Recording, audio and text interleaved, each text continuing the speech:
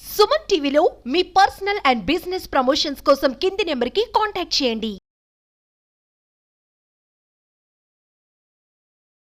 నమస్తే, welcome to Suman TV. COVID మరణాలపై నిజమెంత?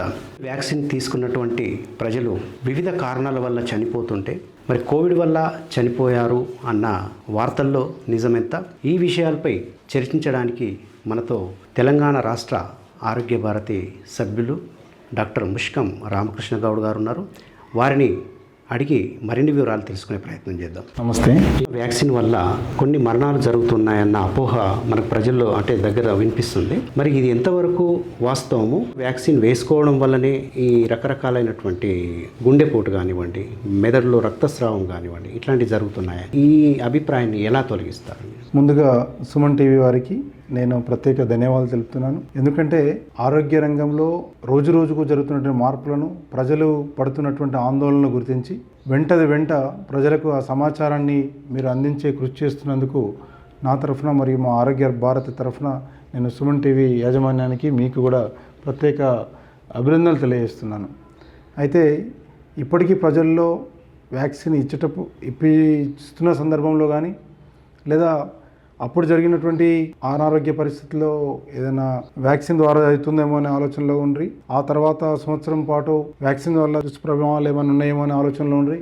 ఇప్పుడు కొత్తగా జరుగుతున్నటువంటి హార్ట్ అటాక్స్ కానీ, హెమిప్లీజియాలు, బ్రెయిన్ లో క్లాట్ కావడాలు కానీ ఇవన్నీ కూడా దీంతో జరుగుతున్నాయి అనే అపోహ ప్రజల్లో చాలా విపరీతంగా వ్యాప్తి చెందుతుంది. దీన్ని మీరు ప్రజలకు తెలియజేసే విధంగా ఈ కార్యక్రమాన్ని తీసుకున్నందుకు సుమన్ టీవీకి మరొకసారి నేను ధన్యవాదాలు తెలుపుతూ, మనకు తెలుసు ప్రపంచమంతా కోవిడ్ బారిన పడ్డప్పుడు యూకే ఫార్మస్యూటికల్స్ కంపెనీ అయినటువంటి ఆస్ట్రాజెనెటికా కంపెనీ ఆక్స్ఫర్డ్ యూనివర్సిటీతో వాళ్ళు పరిశోధన చేసి ఒక వ్యాక్సిన్ డెవలప్ చేశారు. ఆ వ్యాక్సిన్ ప్రపంచంలో ప్రఖ్యాతగాంచినటువంటి SII ఏదైతే సిరమ్ ఇన్స్టిట్యూట్ ఆఫ్ ఇండియా ఏది మన పునాలో ఉందో దాని ద్వారా వారు మ్యానుఫ్యాక్చరింగ్ చేయించి దాన్ని తయారు చేయించి ప్రపంచానికి ముఖ్యంగా ఇండియాలో ఎక్కువగా ఆ వ్యాక్సిన్ ఇవ్వడం జరిగింది.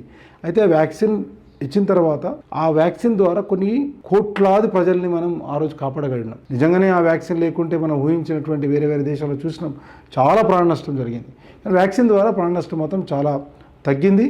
అయితే ప్రతి మందుకు తయారు చేసే ప్రతి మందుకు అంతో ఇంతో సైడ్ ఎఫెక్ట్స్ అన్నది ఉంటుంది. అందులో దీంట్లో కూడా ఉంటాయని చెప్పి మనకు WHO 2023లోనే ఒక ప్రకటన చేశారు. వ్యాక్సిన్ ద్వారా ప్రతికూల సంఘటనలు అక్కడక్కడ జరిగాయి, దానికి సంబంధించినటువంటి పరిశోధన చేస్తున్నామనే విషయం WHO 2023లోనే చెప్పడం జరిగింది. మార్చి 2024లో కేంద్ర ఆరోగ్య మంత్రి గారు మాట్లాడుతూ ICMR డీటెయిల్ స్టడీ ప్రకారంగా భారతదేశంలో ఈ జరుగుతున్నటువంటి హార్ట్ అటాక్లకు దీనికి సంబంధం లేదు. అది లైఫ్ స్టైల్ డిజార్డర్స్ అంటే వారు ఉన్నటువంటి జీవన శైలి వ్యాధులు కావచ్చు, ఇతరత్ర కారణాల ద్వారా జరుగుతున్న హార్ట్ అటాక్సే కానీ ఈ వ్యాక్సిన్ తోటే హార్ట్ అటాక్స్ అనేది కరెక్ట్ కాదు అని చెప్పి ప్రభుత్వం అప్పటికే ప్రకటించింది.